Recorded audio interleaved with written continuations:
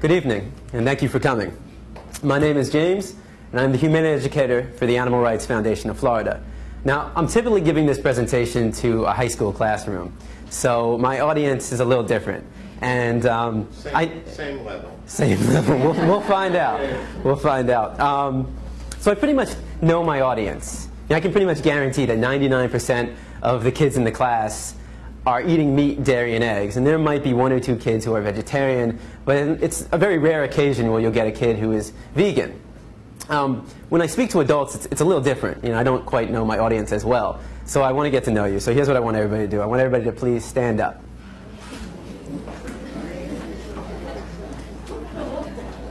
All right. Now, if you are vegan, meaning you choose not to eat any meat of the animal, no flesh of the animal, no cows, no chickens, no pigs, no turkey, and no fish, all right, surprise, surprise, a fish is not a vegetable, no dairy, no cow's milk, no cow cheese, no cow butter, no cow ice cream, and no eggs, please have a seat. So if you are vegan, please have a seat. Okay. Now, for the rest of you, you'll have to remain standing for the rest of the presentation. All right, now everybody have a seat. There's another benefit of talking to high school kids, and that's they're not afraid to participate in the presentation. They'll say whatever is on their mind, whether I like it or not. But with adults, it's a little bit harder. It's like pulling teeth. Now, this presentation is designed to be interactive, meaning I want you to actually participate. I want you to engage. I mean, think about the presentation. It's like a Rorschach test. Right? I show you a picture, and you tell me what you see. Right. So the maturity level is the same as high school students. It's a mushroom, people. All right. How many of you have ever seen the movie The Matrix? All right, so maybe more than half of us. All right, for those who haven't seen the movie The Matrix, there's a scene in the very beginning of the film where the main character is presented with two pills, one blue and one red, and he has to make a choice. If he chooses the blue pill, he'll fall asleep, and when he wakes up, everything will be exactly the way it's always been. If he chooses the red pill, he'll finally learn the truth. And I'm here today to give you that red pill. But let me make this very clear to you. I'm not here to tell you what to do. I'm not here to tell you how to think, how to feel, and I'm certainly not here to tell you what to eat. I'm simply here to provide you with information. Now, what you do with that information is solely up to you. So, what does the matrix look like? Let me show you. Now, despite what you might be thinking, these two circles are not equal. I repeat, these two circles are not equal. One is, in fact, larger than the other. What I need you to do is determine which one that is. So, please raise your hand if you believe the blue circle is larger than the red. All right. Please raise your hand if you believe the red circle is larger than the blue. All right, very good. Now, before I said anything about these two circles, what was your first instinct? Equal, right? Because they look equal. And the reason why they look equal is because, in fact, they are equal. These two circles are identical.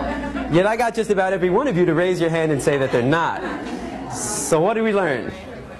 That you can be manipulated like that to believe in something that goes against your natural instincts. Just imagine as a child you're taught that the blue circle is larger than the red. If you say it enough times, you convince yourself that's the truth. If you're told the lie enough times, it becomes part of your reality. And if enough people are taught that lie, that the blue circle is larger than the red, well, now it becomes part of the culture. And if that culture then passes that misinformation along to the next generation, well, now it becomes tradition.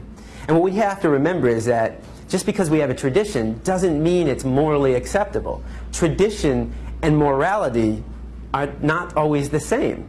I mean, can you think of any traditions that we once had in the United States of America that we no longer have? That today we think back and that was immoral? Slavery, right? Less than 200 years ago. And that was a tradition. So the traditions we have today doesn't necessarily mean they're morally acceptable. And as we evolve as a culture, so do our traditions. Now, the Matrix is a story. It's a story. When told enough times to enough people, it becomes part of that culture. It becomes the tradition. And this story is being told over and over every day. In fact, if you believe the image on the carton is where you're getting your milk from, you're deceiving yourself. This is a fantasy. It only exists in your head. It's a blue pill fed to you by the industry to get you to buy their product. This is the matrix, the lie we tell ourselves about where our food is coming from. The reality is far more disturbing. 90 to 95% of the milk, the meat, and the eggs that we consume in the United States are coming from these conditions. Now, this is called factory farming. This is where you take thousands of hens, pigs, and cows, you can find them into warehouses. In fact, every year in the United States, 10 billion, right? 10 billion cows, pigs, and chickens are being slaughtered for food. So what that works out to be is that every second in the United States, 300 animals are killed, just like that. So 300, 600, 900, 1,200. By the time I'm done talking today, there'll be over 1 million animals that have been slaughtered. And most of us don't even blink an eye. I mean, how is it possible that in the United States of America we can slaughter 300 animals every second and not question that? Because of the story we've been told. The story justifies the action. If you say it enough times, you actually convince yourself that's the truth. How many of you were taught as a child you need to eat meat to get protein? I know I was. How many of you were taught you need to drink cow's milk to get strong bones? Not dog milk, not chimpanzee milk, not elephant milk, not rhino milk, not hippo milk, not tiger milk, not lion milk, not giraffe milk, not elephant milk. Did I say that already? I think you get the point. Not even our own mother's milk, but we need to drink cow's milk to get strong bones. The absurdity of drinking the milk from any other species and any other being besides our own mother, when it's said enough times, loses its absurdness.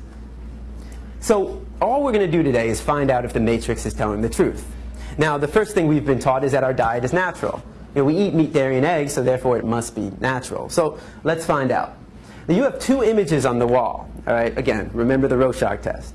You have two images on the wall. I want you to tell me all the thoughts that come to mind when you see the image on the left. And don't be afraid to scream out. Nobody's going to get sent to the principal. What do you see? Fresh, yum, sweet, right? If I came into the room with a basket of strawberries that looked just like that, organic, and I put him on the chair right here, now what would be your thoughts? Okay, same thoughts. What would you think if one of us got up and started chewing on the strawberries? Maybe we'd want to join in. If I come into the room with a basket of strawberries, how many of your mouth starts to salivate? Your mouth starts to water? If I take a strawberry and I put it under your nose, what do you smell? If I take a knife and I slice that strawberry in half and put that under your nose, now what do you smell? Notice how all the sensations remain the same. You see a strawberry and it looks like a strawberry. You smell a strawberry and it smells like a strawberry. And you take a bite out of a strawberry and surprise, surprise, it tastes like a strawberry. Exactly, it's a strawberry. But what thoughts come to mind when you see the image on the right? Cute. It's kind of a rigged audience. You're in a vegan restaurant. But you know, when I go to a classroom, you know, half the response, you'll get half the kids who say, "Oh, cute, animal, pig, Wilbur, babe." So half the class will see an animal, and the other half of the class will see bacon, sausage, ham, pig's feet, pork, and hot dog. They'll see a food. It's one or the other. You're either seeing an animal or you're seeing food. Now, what would happen if I took one of the pigs living, brought him into the room right here, and put him right in front of you? Does that change it? Now what do we see? And I mean, what would we think if one of us got up and started chewing on the pig? Not very normal. If I come into the room with a pig under my arm, how many of your mouth starts to salivate? Right? If I take a pig and I put it under your nose, what do you smell? You smell a pig. Just like if I took a dog and put it under your nose, you smell a dog. A cat, you smell a cat. If I took a knife and I sliced that pig in half and put that under your nose, now what do you smell? You smell the stench of death. You smell a rotting corpse, bacteria, decomposing flesh. You see, there's a process involved, and I'm here today to show you that process of how you convert this animal into this product. Why should it be kept a secret? Why should we not know what we're participating in and what we're putting in our body? Now, let's make the situation slightly more realistic. If I were to put a pig on this side of the room living and a butcher's knife on the side of that room, I mean, how many people would be willing to pick up the knife and take the life of that animal? It's very rare, right? And if somebody did that, that's all right, but how many people in this room would try to stop that person from doing that? Right? Would we try that? Of course. That's compassion. I mean, that is the greatest quality of the human race. There's no other species on this planet that has that level of compassion to extend to all living beings. But if you would stop somebody from killing a pig in front of you, and then go home and have this for breakfast. Well, that's called hypocrisy. You know, just because it comes in a nice, neat package all dressed up in your supermarket, just because you didn't take the knife and shove it through their jugular, just because you didn't get blood on your clothes, and just because you didn't hear their screams doesn't mean you didn't participate in the killing. Every time we buy this product, we are supporting somebody else doing what we ourselves wouldn't want to do, what we ourselves wouldn't want to see, and what we ourselves wouldn't want to hear. Now, if you still see bacon, sausage, and ham when I bring a pig into the room, what happens when I change it to... One sec. I'm supposed to like not. There we go. All right. Oh, right. It's the common response. No, I've never heard anybody say yum. Nobody ever sees dog feet, hot dog. So why not? Why don't we see a food? Well, we've been accustomed to view this animal as our pet. I mean, how many of you have a dog or a cat, right? How many of you have a pig? Not so much. All right, so, but there are other cultures. There are other cultures. Again, the cultural story for us is, this is your pet. In another culture, certain parts of the world, they eat cats and dogs. That's their culture. That's their story they've been told. And how do we feel about that? A lot of people think it's disgusting, right? I imagine every one of you probably thinks it's disgusting to eat a dog. Why would it be disgusting to eat this animal and not disgusting to eat this animal? Why would it be wrong to eat this animal and right to eat this animal? And most importantly, why would it be wrong to kill this animal and right to kill this animal? Culture. It's culture. It's the story. It's the matrix that we've been told. One culture sees this as a pet, this is a food. Another culture might see this as a pet, and this is a food. Another culture might see them both as food. Certain parts of India, the cow is sacred. They would never think about eating a cow in certain parts of India. Is that wrong? Is that unnatural? That's just the story they've been told. But culture is just a story. That's all it is. It's just make-believe. What I'm concerned with is what is natural to the human species. Because every culture has a different story. But you take somebody from Asia, Africa, South America, North America, Europe, and we're all the same species. We're all human beings. So let's take a 3-year-old from any country in the world, and you put that 3-year-old in a room, and you line up 5 animals in front of that 3-year-old. A pig, a dog, a cow, a cat, and a chicken. Do you think the 3-year-old is going to know which one to eat and which one to pet? What's the 3-year-old most likely going to do, or try to do? Play with them all. He's going to try to play with them all. The 3-year-old has to be taught, no, no, no, no. Don't play with him. Eat him. Play with him. Pet him. That's what we were taught. We didn't choose our diet. Our diet is a learned behavior. We were raised to perceive this animal as your pet and this animal as your food. But that's not the natural perception. The natural perception is that they're all of our companions.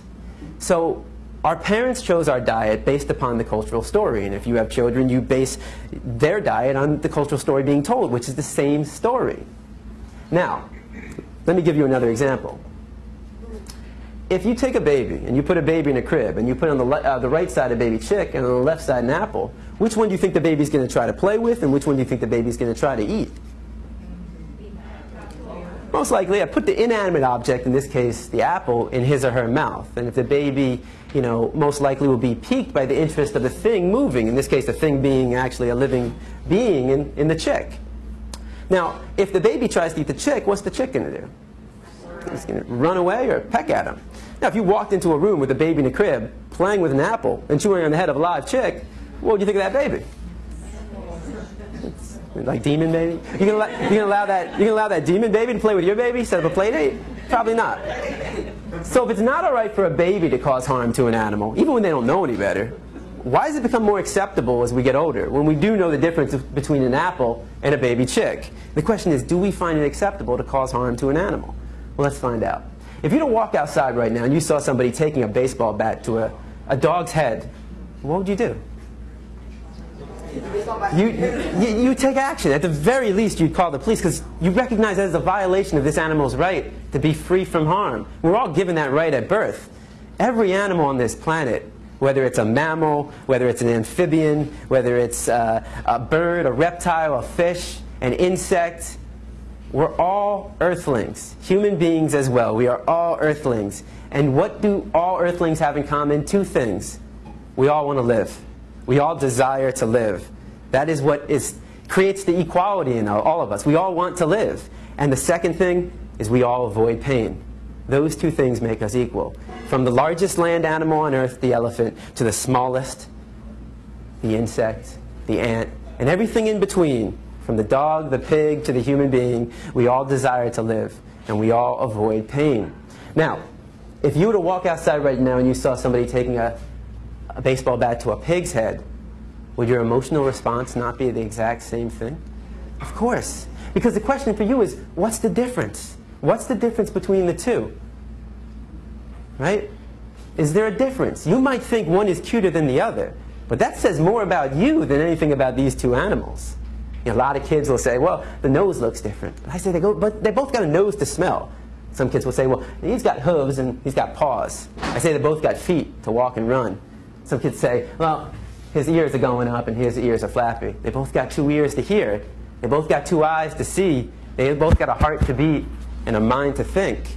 And the reason why we would take action for both of them is because we recognize the equality between them and not the difference. Any difference is insignificant. The similarities, though, are striking. We know they're equal, yet every time we sit down for a meal, we create that separation. We create that inequality. It's just like we knew the two circles were equal, red and blue, but all it takes is somebody to tell you a story. Now, what we most importantly recognize is that all animals have feelings. But how do we know? I mean, how do we really know? How do we even know that humans have feelings? Well, I mean, of these feelings, what's most important to you? Happiness, right? How do you know if somebody's happy? If I said to you right now, this is the happiest moment in my life, would you believe me? Hopefully not, no offense. So, how are you going to tell if somebody's happy? They're smiling, they're laughing. I could take somebody in this room who doesn't speak your language, but you can tell how they're feeling by their expressions, the sounds. It doesn't have to do with a language, though. What about other animals? Well, they wag their tail, they bark, they jump up and down, they play with each other, they lick. So all these are signs of how they feel. What about pain, though? If I said to you right now, my right hand is killing me, would you believe me? I haven't given you any signs. It might, though. It might be killing me. There's only one person in this room who knows that it's actually killing me. That's me, of course. Let's say I was to trip over my feet here, though, and nail my head against the side of this table, start bleeding profusely out of my head, and I'm screaming on the ground, would you believe I'm in pain? Of course, I'm showing the signs. Here's the test. You take your hand, you put it over a flame, what happens? Burns, right? What's your reaction? Pull back and scream. You take a dog's paw, put it over a flame. What's his reaction? Same thing. Pull back and scream. You take a pig's leg, put it over a flame. Same reaction. You take a dog, a pig, a cow, a chicken, a goat, a duck, a horse, a rat, a mouse, any animal that's living, put a body part of the flame, they all have the same reaction. You take a fish out of water, and what's their reaction? Start flopping around. Why? They can't breathe. You want to know what it feels like to be a fish out of water? Have your loved one put your head underwater and not let go. It really wouldn't be your loved one, though, if they're doing that. That's what it feels like. Of course fish have feelings. They're not vegetables. If you take a vegetable, you take a plant, you take a strawberry, and you put it over a flame, and what happens? It melts. It doesn't have feet to run away. It doesn't have a mouth to scream, a nose to smell, eyes to see, ears to hear, a heart to beat, and a mind to think. And a lot of kids will like to give this one. Before you say, well, plants have feelings, they don't have a nervous system. They don't have a nervous system. Without a nervous system, they can't feel pain and happiness the way that animals and humans can. So the question is, when did we learn this? When did we learn that animals have feelings? Hopefully this isn't the first day that you learned this, right? When you were younger, right? And how did you learn it? Maybe you had a cat or dog. All you have to do is go outside and just experience any of the animals outside. And if they run from you, it means they're scared. If they come up to you, you probably have food or something and they want it. So we understand this through the experiences we have. In fact, think about the books that were read to you as a child, the songs you listened to, and how about the movies? Now think about the movies we show to our kids. What do all these movies have in common? What are they about? What kind of animals? Farmed animals. Even fish are being farmed. You have pigs, chickens, cows, and fish. These are all the animals we eat. What's the common theme in these movies? They're running. Yeah, they're being saved.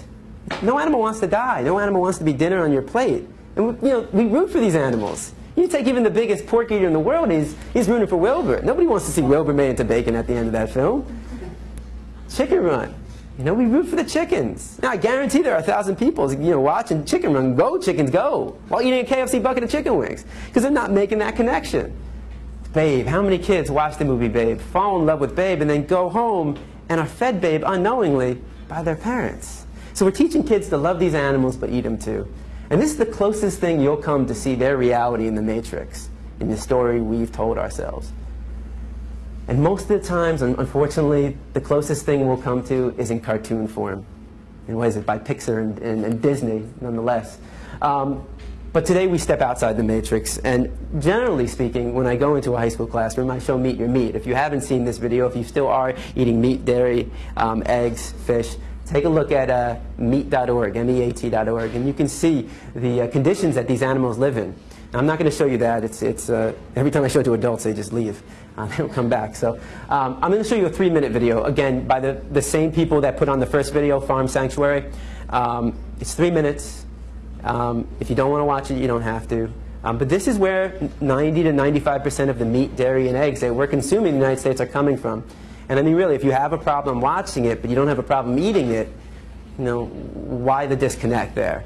But this isn't just about animal rights. This is also a health issue, and that's the second part of the presentation we'll talk about after the video.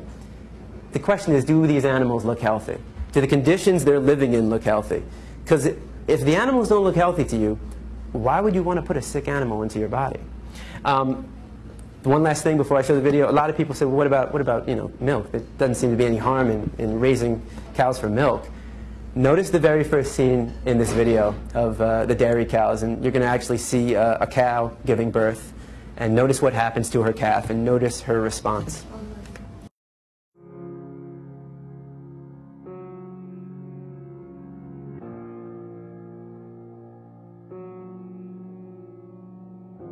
If I could talk to animals that are being confined and abused now in factory farms, I would say I'm sorry for what we're doing to you. I wish it wasn't this way, and I'm doing everything I know to stop it, and hopefully we will be able to stop it. There's not really a whole lot of good you can say. I mean, you just gotta hope that it can stop, and hope that people will recognize the harm we're causing and will choose a different way. Meat, milk, and eggs come from real animals. They don't just come from the grocery store. And these animals desire to live, and they want to be free of pain and suffering and fear. And on today's farms, these animals only know fear and pain at human hands. They never know human kindness. They never know mercy. And when people buy these products, they are unwittingly supporting that type of cruelty and that type of callousness. The workers, they have to lose part of their heart. They have to shut their eyes to certain aspects of what they're doing. Can you imagine what it would be like to cut the throats of animals for 8 hours a day? It's a bloody, violent job, and nobody should have to do it. I don't know what it means that, we can participate in such cruelty without paying attention to it, without caring about it, without wanting to do different. Citizens want to assume that animals will be treated humanely, that there are laws on the books to prevent cruelty, and people are usually surprised to learn there aren't.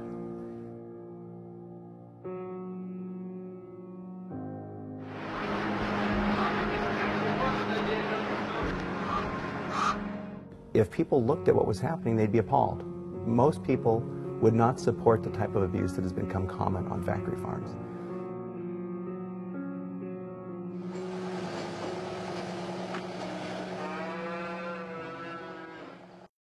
The common response is, why is this happening? And there's a very simple explanation for why it does happen. If you were to walk outside right now, if you walk down US 1 and you walk further down, let's say you came to a restaurant that just opened up, right? They were serving cats and dogs. That was their main item on the menu. Now, how many of you would be out there right now protesting? Guarantee, before the day would be over, you would have that place shut down, right? Walk down the street, a few blocks down, you'll come to a steakhouse. I don't see anybody protesting. I don't see that place being shut down. Why? Because Because we've been taught to perceive this animal to be different from this animal. And veganism is simply changing your perception. That's it. That's all it is. You just change your perception. We don't have to participate in this. This is not necessary. A lot of people will say to me, well, what about, if we just created better conditions? What I'm saying to you is it's not necessary to kill an animal. You don't have to kill animals. We don't have to drink their milk. We don't have to eat their eggs. It's just not necessary. I mean, people talk about humane slaughter. How do you slaughter something humanely? I mean, is that like where you rub their belly, give them some milk and cookies, and you chop their head off? If I did that to one of you, would everybody be like, well, at least he died humanely? You can't do anything violent humanely. I mean, if I were to, could I humanely rob you? Humanely rape you? What does humane theft look like? Is that where I come up to you and I say, hey, I need you to do me a favor. I need you to come up here and take your wallet, put it on the table right here. Take all the credit cards, cash, everything, put it on the table right there. Pretty please, with a cherry on top. Would that be humane theft? I mean, would everybody be like, hey, if I'm going to get robbed, I want him to do it? He's pretty nice about it. Of course not. Nobody wants to be robbed. Nobody wants to be killed. Nobody wants to be raped. It's not necessary. Think about it this way. How many of you do not own a fur coat? Raise your hand if you don't own a fur coat. Yeah, that's what I thought. Why? Why don't you own a fur coat? Because it's cruel and unnecessary. Because it's cruel and unnecessary. What about if I said to you, you know what? We're going to take some minks, all right? We're going to raise them for, for a coat. We're going to raise them, but we're going to give them a lot of room. We're going to cage free range, organic food. They're going to live like kings and queens until we kill them, of course. After a few weeks, a few months, they won't live to their natural age. But we're going to create humane fur. Would that be acceptable? Would you go out and buy a fur coat? No. Because it's not necessary. A fur coat is not necessary, especially here in Florida, but it's not necessary anywhere. You don't need a fur coat to survive. You don't need to eat animals to survive. It's not necessary. It's just sugarcoating something, humane slaughter. So let's take a look at what we are participating in. This is a battery cage, all right? It's literally the size of a milk crate, just like this. You take 4 to 6 hens, you put them in a crate this size, and you burn their beaks off. Why? Because in these conditions, they become aggressive. It'd be like if I took everybody in the first and second row, put you in that corner, and sealed it off. Kept you there for, 48 hours straight. I guarantee you're not going to remain friends for that long. You want more space. So they're denied the ability to do what's natural to them, spread their wings, forage. So how does the industry solve this problem? Cage free, free range. I mean, that sounds pretty good. Who in this room doesn't want to live free, right? This is a cage-free farm in Virginia. It's just a label. It's just a label. It makes us feel better about what we're participating in, but it means absolutely nothing to the animal.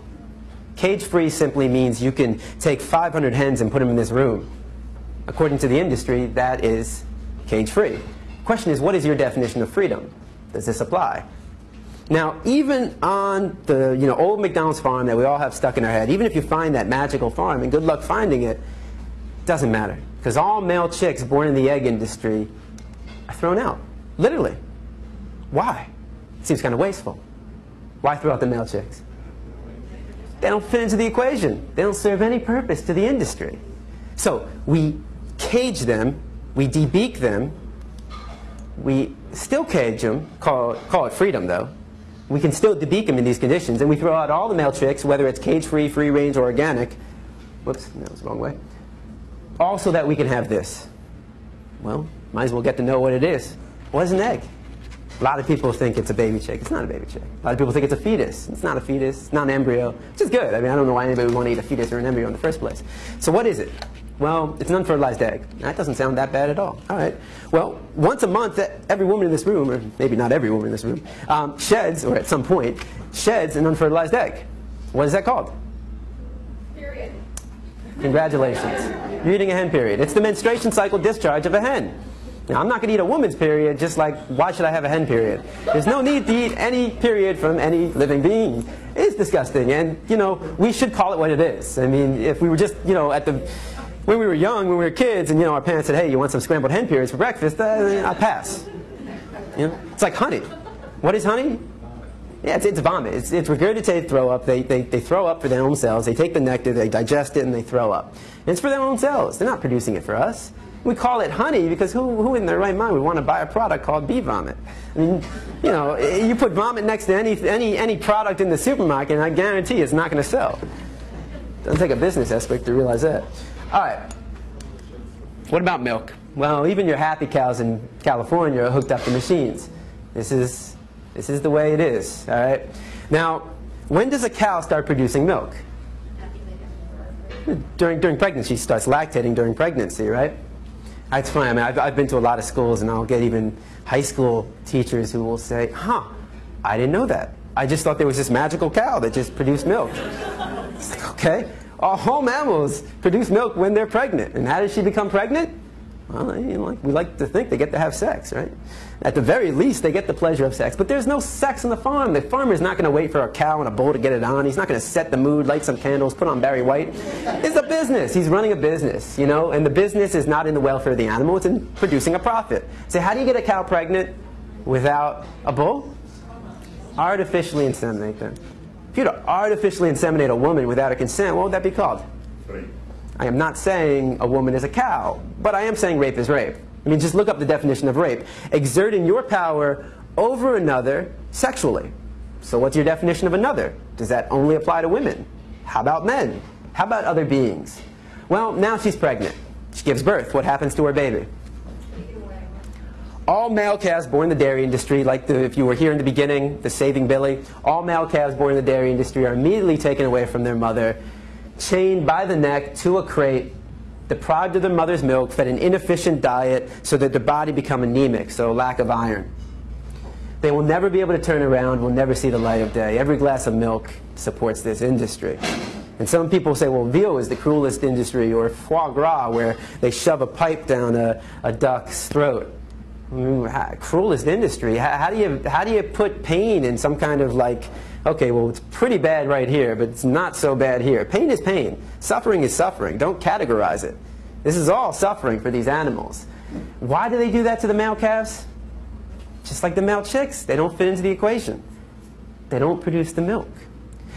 If you're drinking cow's milk, the only reason is because a calf chained to a box isn't. Now, what about the female calves? They too will be taken away from the mother. Why? Why would the female calf that will grow up to be like her mother, which is a constant cycle of impregnation, birth, and milking, why would she be taken away from the mother? Right, and we want the milk. How do you think it makes a cow feel to have her baby torn away from her? Anybody who's a parent, how would you feel if you had your baby torn away from you? All milk, whether it's organic, meaning they don't put in, the hormones and the pesticides, doesn't matter. All milk is stress milk. That's not something you pasteurize out of the milk. It's part of it. It's part of it's like it's part of the meat, part of the cheese. It's part of what you're drinking. It's stress. Now, biologically speaking, who was a cow producing milk for? Biologically speaking. The baby, not for us. Just like, when your mom was pregnant with you, who was she producing milk for? It was for you. It wasn't your daddy, it wasn't the neighbor, it wasn't the dog or the cat, it was for you. All mammals produce milk for their young. Where do all these animals get their milk from? And when do they stop consuming milk? We're the only species on this planet to take the milk from another animal, and we're the only species on this planet to continue drinking milk after infancy. And if you really don't think it's that weird, because people say, well, you don't eat cheese.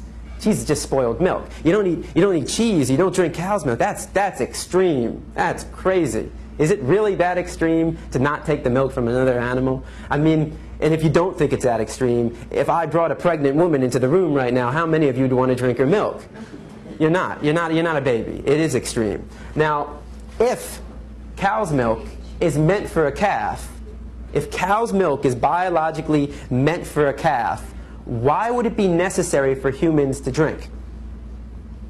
It's not. Cow's milk is no more necessary than drinking dog milk, chimp milk, pig milk, or elephant milk. The only milk you need was from your mother when you were a baby. You're not a baby anymore. You're not a cow. You're not a calf.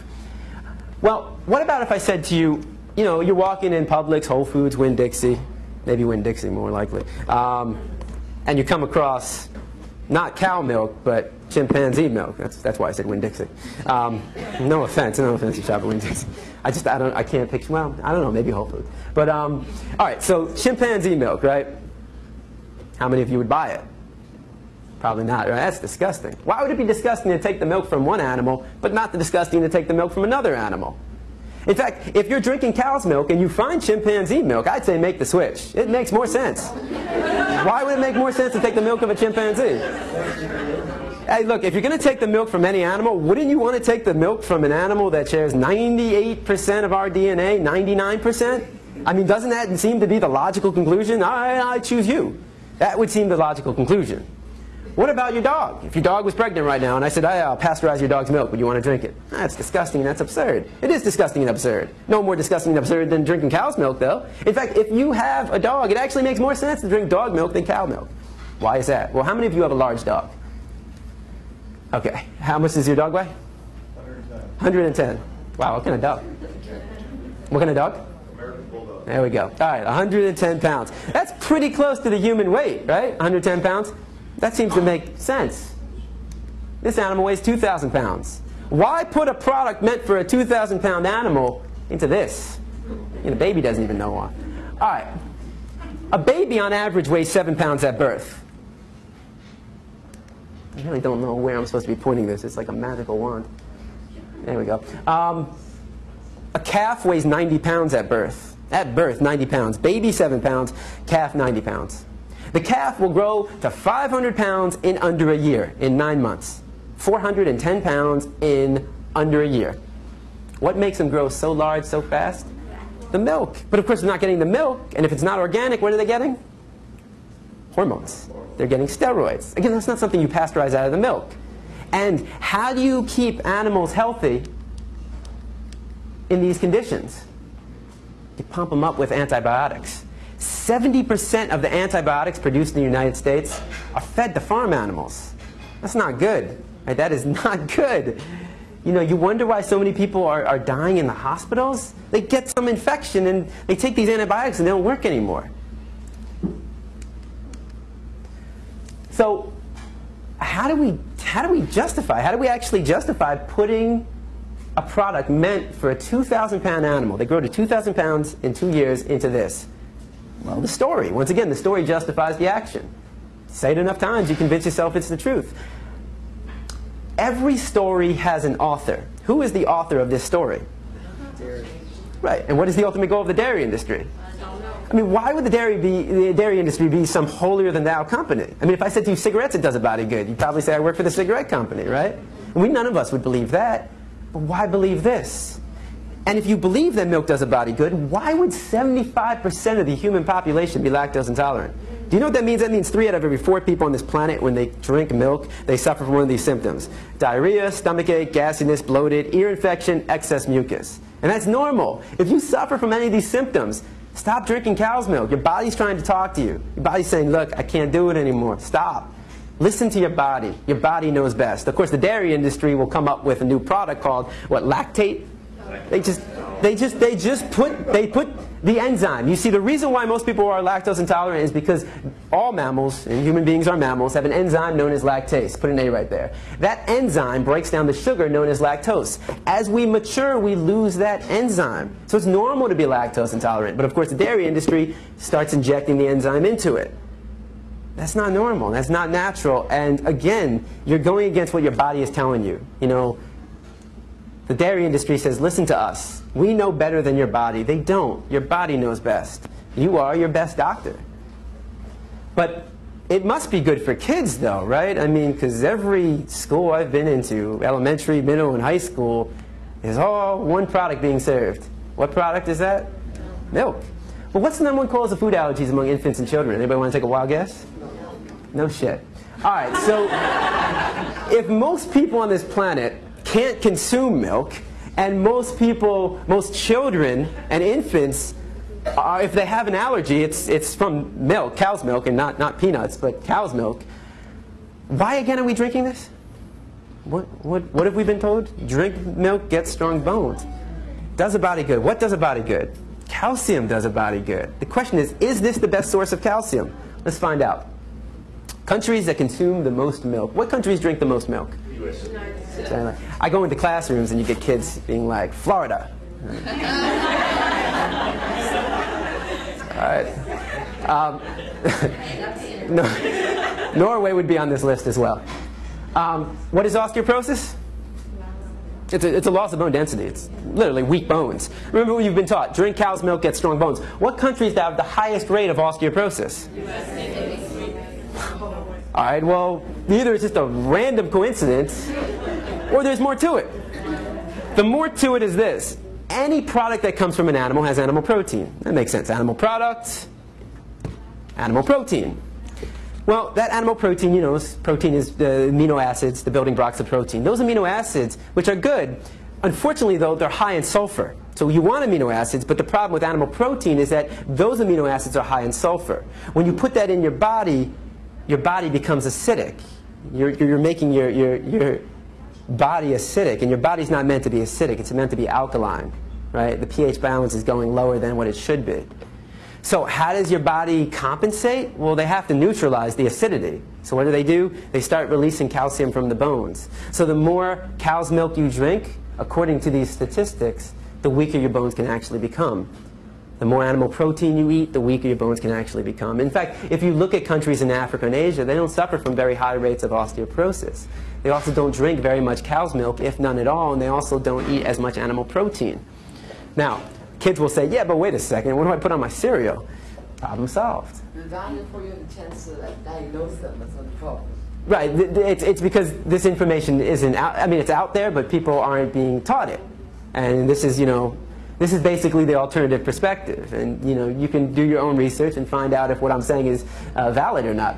But, I mean, you can go with these alternative milks. And a lot of people are like fake meats and fake milks. No, they're not fake, they're real, right? These are real products, and they come from plants. You have the soy milk, the almond milk, rice milk, coconut milk, oat milk. You can do hemp milk, high in protein. So these are alternatives that you can do. And I know you've all heard of a taste test, right? Well, let's do a health test, all right? So here we have the milk that comes from an animal, and here we have the milk that comes from a plant, a soybean. All right, there is 150 milligrams of calcium per half a glass in your cow's milk. How many do you think is in your soy milk? It's the same. It's 150. It's the exact same in a half glass. All right, so what's the difference? Well, this comes from an animal, and once again, animal protein can leach calcium out of the bones, and all animal products, meat, dairy, eggs, fish, is high in cholesterol. It has cholesterol, and your body naturally makes cholesterol. You don't need to put any more cholesterol in your body. So this has cholesterol. This doesn't. All plant products don't have any cholesterol. And all plant products, everything you see up here, everything you see over there on the table, fruits, vegetables, rice, beans, has fiber. Has fiber. So plants have fiber and no cholesterol. Animal products, no fiber and high in cholesterol. So again, let's do a health test. High in cholesterol, no fiber. High in fiber, no cholesterol. Which one do you think is the safer choice? I rest my case. All right. But you don't have to do this. I mean, human beings don't really need to drink anything besides water. I mean, that's really all we need to be drinking. And you can have your orange juice and your apple juice, but we just need water. Now, again, this is for the cereal. But you can get all your calcium from plants. I mean, just think about it. What is the largest and strongest land animal on Earth? An elephant. It weighs 10,000 pounds. You know what his diet consists of? That's it. I don't know if he's eating spinach, but it's his plants. It's plants. You're going to tell an elephant that his bones look a little weak and he needs to be drinking the milk of a cow? You get all your calcium from this. Now, a lot of people say to me, ah, man, but you know what? I get it, but man, I love my cheese. I can't give up cheese. Look, I tell people this. If you're going to give up any product, give up dairy. Dairy is the worst. I mean, the greatest trick ever pulled was convincing people they need to drink milk. Dairy is the worst. In terms of the cruelty inflicted upon the animals, they suffer for a longer period of time, and it's just completely unnatural and unhealthy. It is unhealthy. And there's a reason why people love their cheese and their milk. It's meant to be addictive. I mean, just think about it. You know, it might be hard. I can't remember, but you know, when we were younger, most likely we were nursing from our mother, right? From her milk. It has to be addictive. The child has to want to have more. Why? Because this is the greatest growth spurt in their life. This is the greatest growth spurt that you ever had when you were a baby drinking your mother's milk. Same for all other animals. And as we get older, our parents, including the animal parents, wean their children off of it. So you're supposed to desire it. You're supposed to want it, and then you get weaned off of it. They're selling a product. It's addictive. It's addictive. It has a chemical called casomorphine. When you digest it, that chemical is released. Casomorphine. Morphine. It makes you giddy. It makes you want more. It makes your brain think, eat more, eat more. And your body is saying, I can't digest it properly. So you are addicted. And then the first step to what recovery is to acknowledge it.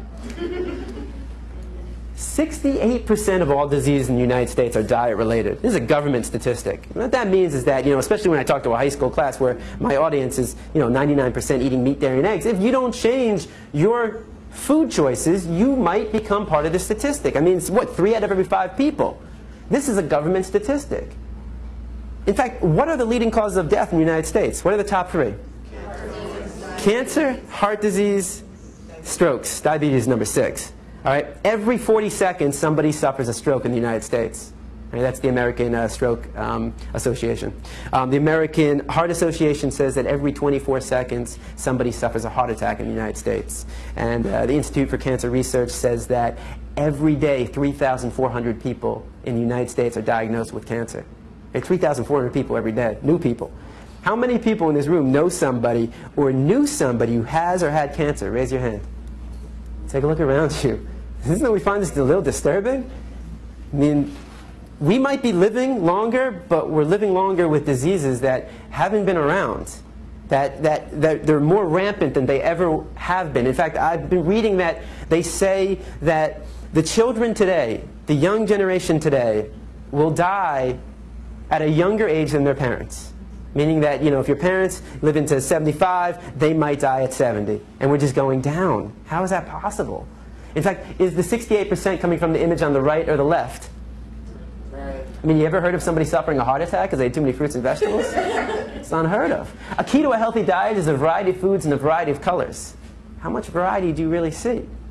In fact, why is this causing most of the death and disease? Because despite what we've been told, despite what we've been taught, we look nothing like omnivores, biologically speaking. We don't look anything like carnivores. We look identical, biologically speaking, to our brother from another mother. We look like gorillas. We look like the great apes. We look like the horses, the cows, the giraffes, the elephants, the zebras. How so? Our teeth. Not my teeth, but canines. I love when people say, what about our canines? Really? You really think they're very sharp? I mean, if we had like sharp canines like our cats and dogs, I mean, if you really think you have canine teeth that are sharp, take a look at your cat or dog. I mean, would we be using knives and forks if we had these, right? We have more teeth. Why? We chew our food. Tonight when you're feeding your cat or dog, notice what they do. Limited chewing, mostly swallowing.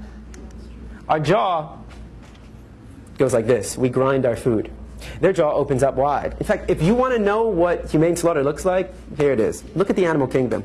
The fastest land animal is the cheetah. It goes 70 miles per hour. Now, a tiger can go about, I think it's about 35, 40 miles per hour. It's pretty quick. Now, you have the deer, the antelope, the gazelle. Not as fast, right? So you have carnivores, tiger, cheetah, jaguar, and then you have the deer, antelope, and the gazelle. So herbivores, carnivores. Now, the carnivores are quicker. But what's the difference here? We got, on the right side, all right, I guess it would be your left side, the carnivores are all the track and field stars. Quick sprint, out of breath. They don't have very much endurance. On the left side, or again, the right side for you, this would be the herbivores, which don't have as much speed, but have more endurance. They are the cross-country runners. So what we like to assume, or maybe not we don't like to assume, but logic would say, okay, that the faster animal would always get his prey. But that's not the case. That's not the case because you have track and field versus cross country. So that means that the tiger is only successful on the hunt 20% of the time. That means 8 out of every 10 deer will escape the slaughter. So what kind of deer will the tiger be able to capture? The sick, the weak, the injured, the lost, the old, the young. This animal weeds out the weak. We're not doing anything like that. In fact, if we were meant to be on top of the food chain, don't you think we would have some claws to rip through flesh? I mean, if I brought a pig into the room and asked you to kill the pig with your claws, the pig would probably enjoy it more than anything else. And this is perhaps most important. Your intestines, and Simba will be my representative.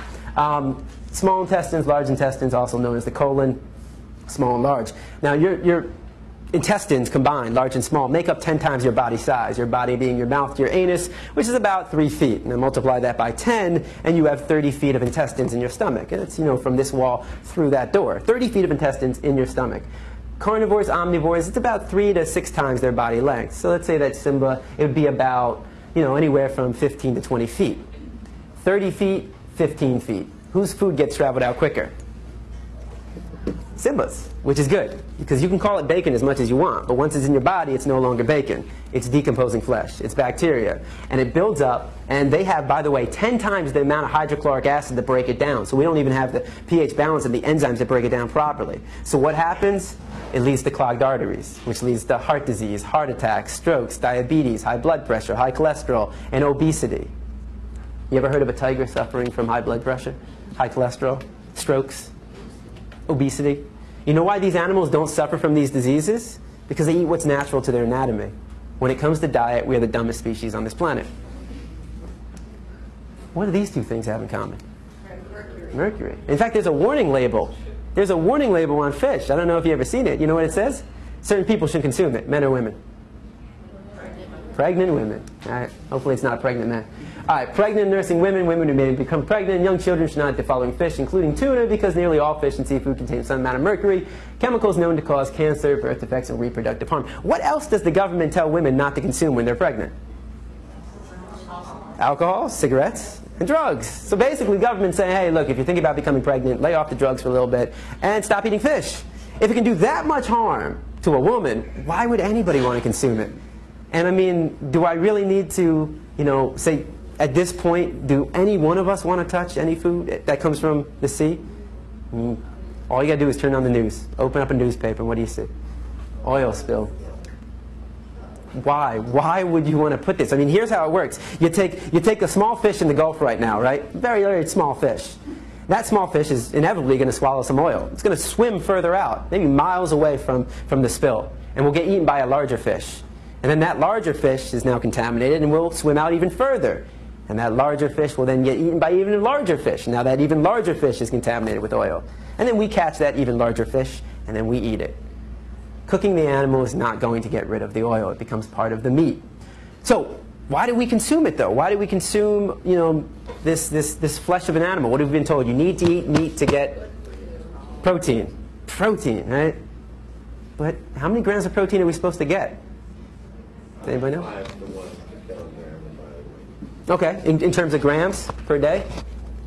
It'd be about, World Health Organization says 40 to 50, about that. 40 would be for the average female adult, 50 would be for the average male adult. But it's funny how we don't tell that to kids. I mean, I only learned this recently myself, too. I mean, going through my whole life and never really bothering to find out, and nobody ever bothered to tell me. It's like, saying, here, have the keys to my car, go, pick up some stuff for me, go get my groceries. But I didn't teach you how to drive the car. Teaching kids, you got to eat it, but not teaching them how or how much.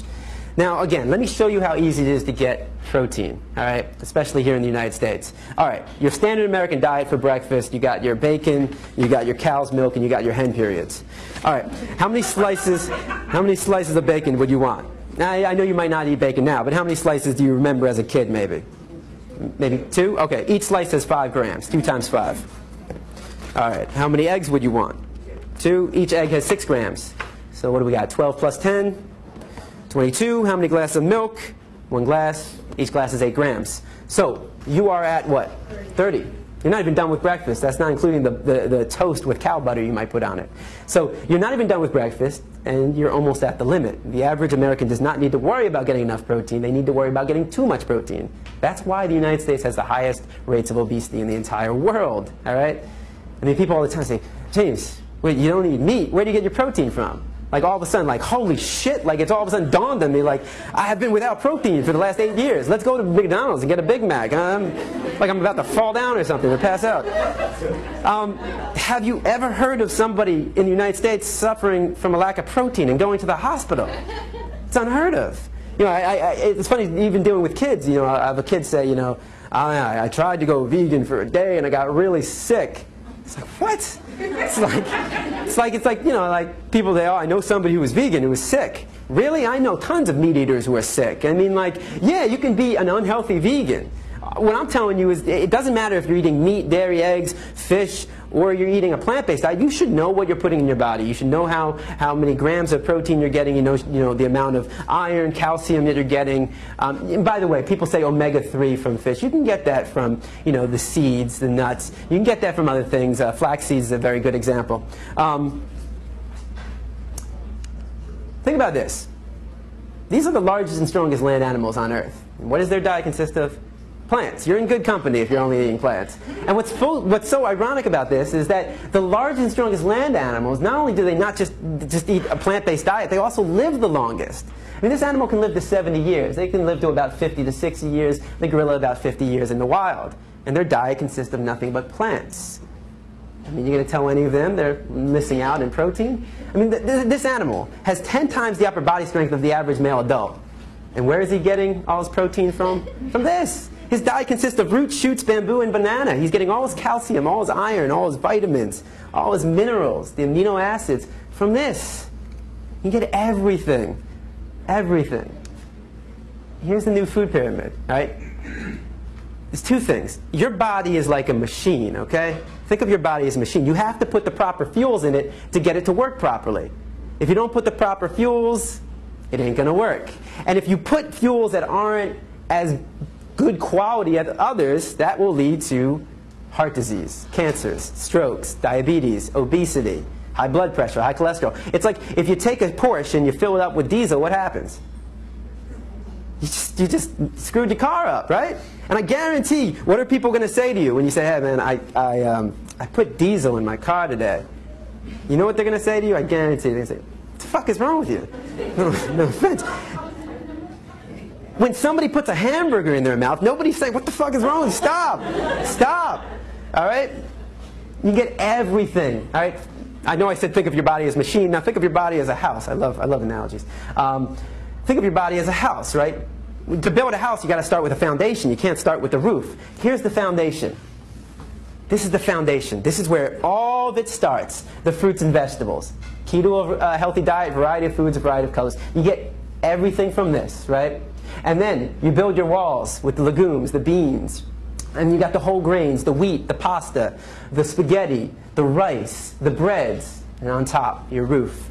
You got your nuts and seeds.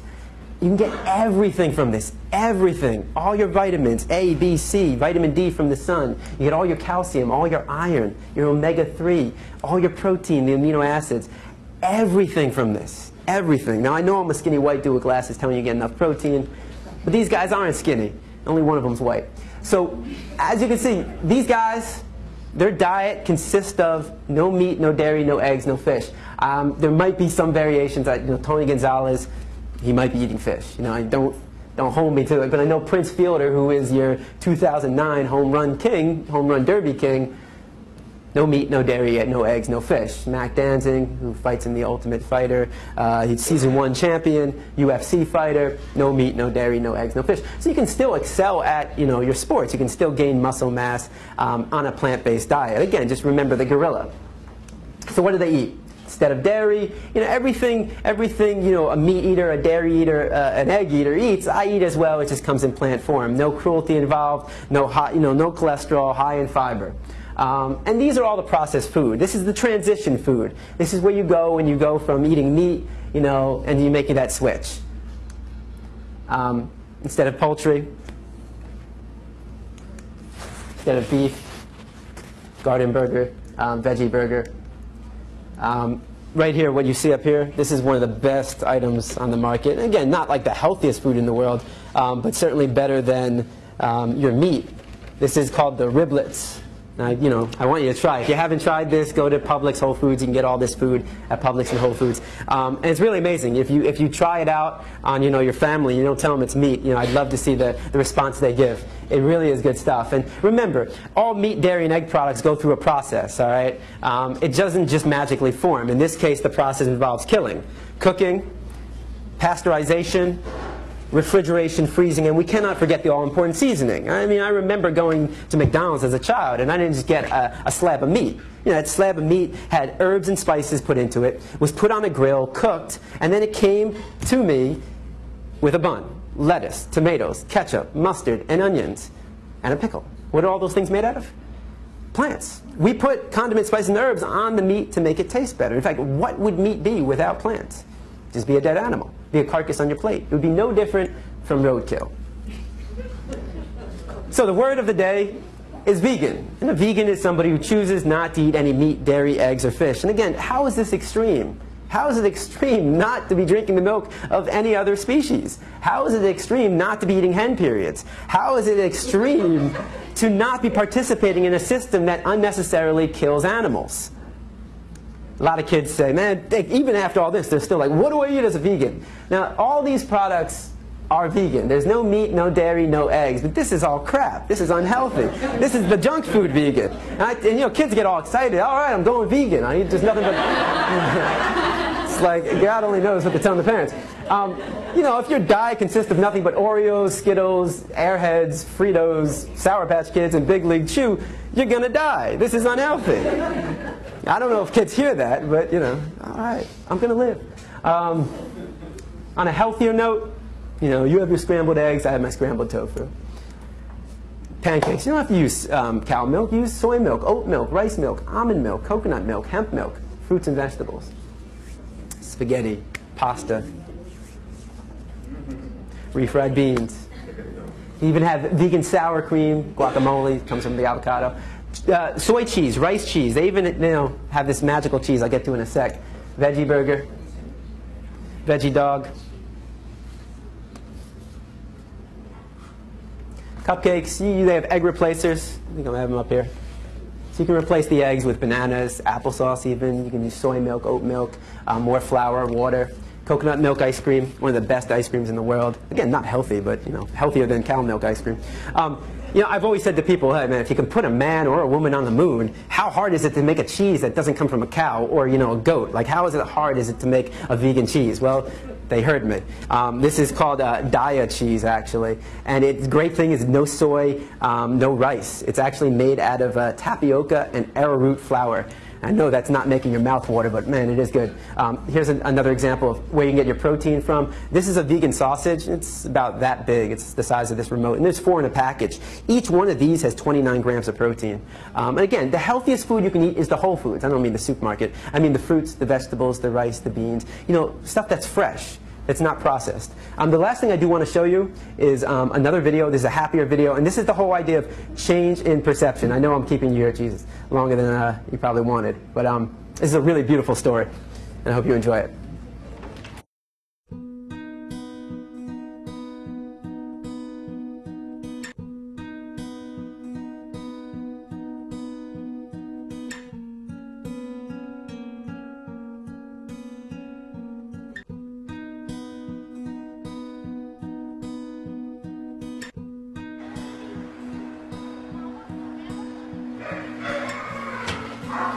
Come on. There she is, beautiful girl. She was tagged for slaughter, and that would have been her fate, but she wanted to live, and so she literally ran for her life, and now she'll live out her life in sanctuary. It's interesting how the public responds when one individual animal, you know, makes a run for her life. They end up making headlines on national news. People's hearts go out to this one individual animal. The cruelty that happens to farm animals is largely hidden, you know, behind factory farm walls, and people aren't aware of it. When you look in her eyes, you know, everyone wants the best for her once they get to know her. And when people are able to identify with an individual and look her in the eye and see that she's a living, feeling being who has a will to live, then people care. I've been working here with animal care and control for almost 9 years. This morning was really astonishing to me. All of a sudden, it dawned on me, this sweet, innocent cow running away from being slaughtered. And I never even thought about it before, that something is actually being slaughtered and it's my ground beef and it's my dog on steak and stuff like that, and we've been eating this for years. I never pictured that face on that, and it hurt. I can't do that. I can't. So now we're going to work on not eating me and my entire family. Because I'm realizing that this is a life that was saved today. And with my family, we'll be saving a couple more. Thank you. She looks like she's about a year old. Absolutely beautiful Hereford. And those, unfortunately, are cows that they use for meat. She's most likely at a live market. And because they have a very strong will to live, like any living creature, she had a will to live, and she did it. Hello. And where she's going now, she's going to have like cows of her own breed even. She's going to be so happy. When the trailer arrives, the cows in the herd will moo. Yeah, they will move in a big line. Everybody lines up. They will start mooing to her, to comfort her and to tell her that they're there. And she will moo back. Any animal, any creature has a strong will to live. She's an ambassador for all animals who are still suffering in slaughterhouses and on farms and who don't have such a lucky outcome. People love a happy ending, and it's happy.